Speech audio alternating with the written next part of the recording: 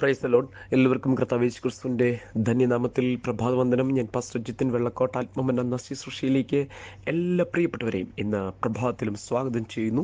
ഇന്നത്തെ ചിന്തിക്കട്ടെ യോഹന്നാൻ്റെ സുവിശേഷം 6-ാം അധ്യായത്തിൻ്റെ 12-ാമത്തെ വാക്യം. അവർക്ക് തൃപ്തിയായ ശേഷം ശിഷ്യന്മാരോട് ശേഷിച്ച കഷ്ണം ഒന്നും നഷ്ടമാക്കാതെ ശേഖരിപ്പീൻ എന്ന് പറഞ്ഞു.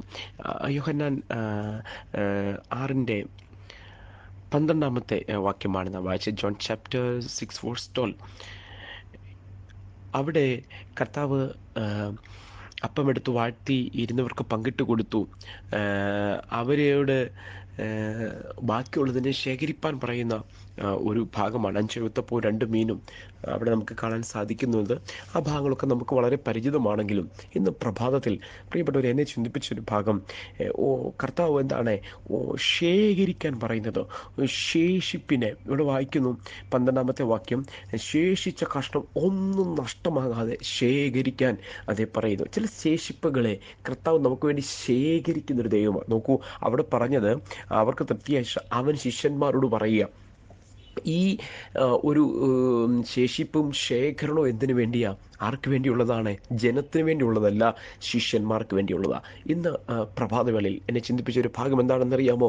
കർത്താവിൻ്റെ കാര്യത്തിന് വേണ്ടി, ദൈവത്തിൻ്റെ വേലയ്ക്ക് വേണ്ടി, കർത്താവിൻ്റെ രാജ്യത്തിനു വേണ്ടി, ദൈവ ആലയത്തിനു വേണ്ടി, ദൈവിക വിഷയസംബന്ധമായിട്ട് നമ്മളൊരു കാര്യം ചെയ്യുമ്പോൾ ചിലതൊക്കെ നമുക്ക് വേണ്ടി ശേഖരിച്ച് നമ്മുടെ കയ്യിൽ തരുന്ന ഒരു കർത്താവിൻ്റെ കരം ഇന്ന് പ്രഭാതത്തിൽ നമുക്ക് വേണ്ടി പ്രവർത്തിക്കുക. എത്ര പേർക്ക് സന്തോഷമുണ്ട് പ്രിയപ്പെട്ടവരെ? അത് വായിച്ചപ്പോൾ എൻ്റെ ഹൃദയത്തെ ഒന്ന് തൊട്ടത് ഇന്ന് പ്രഭാതത്തിൽ എന്താണെന്ന് ചോദിച്ചാൽ, അത് ശേഖരിപ്പീൻ എന്ന് പറഞ്ഞു. അത് ശേഷിച്ച കഷ്ടം ഒന്നും നഷ്ടമാകാതെ ശേഖരിക്കാൻ പറയുന്നു. ആർക്ക് വേണ്ടിയാ?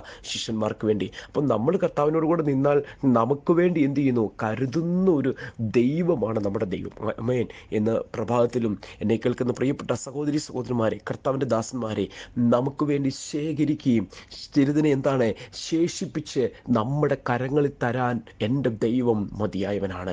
ആ കർത്താവിൻ്റെ കരം ഇന്ന് പ്രഭാതത്തിലും നമുക്ക് വേണ്ടി എന്താണ് ആ കരുതുന്ന, പ്രവർത്തിക്കുന്ന, അത്ഭുതം ചെയ്യുന്ന ഒരു കരമായിട്ട് തീരുകയാണ്. അതുകൊണ്ട് ഞാൻ കർത്താവിന് വേണ്ടി നിൽക്കുന്നത് കൊണ്ട് ഞാൻ ക്ഷീണിതനായി പോവുകയോ ലജ്ജിതനായി പോവുകയോ ചെയ്യുകയല്ല.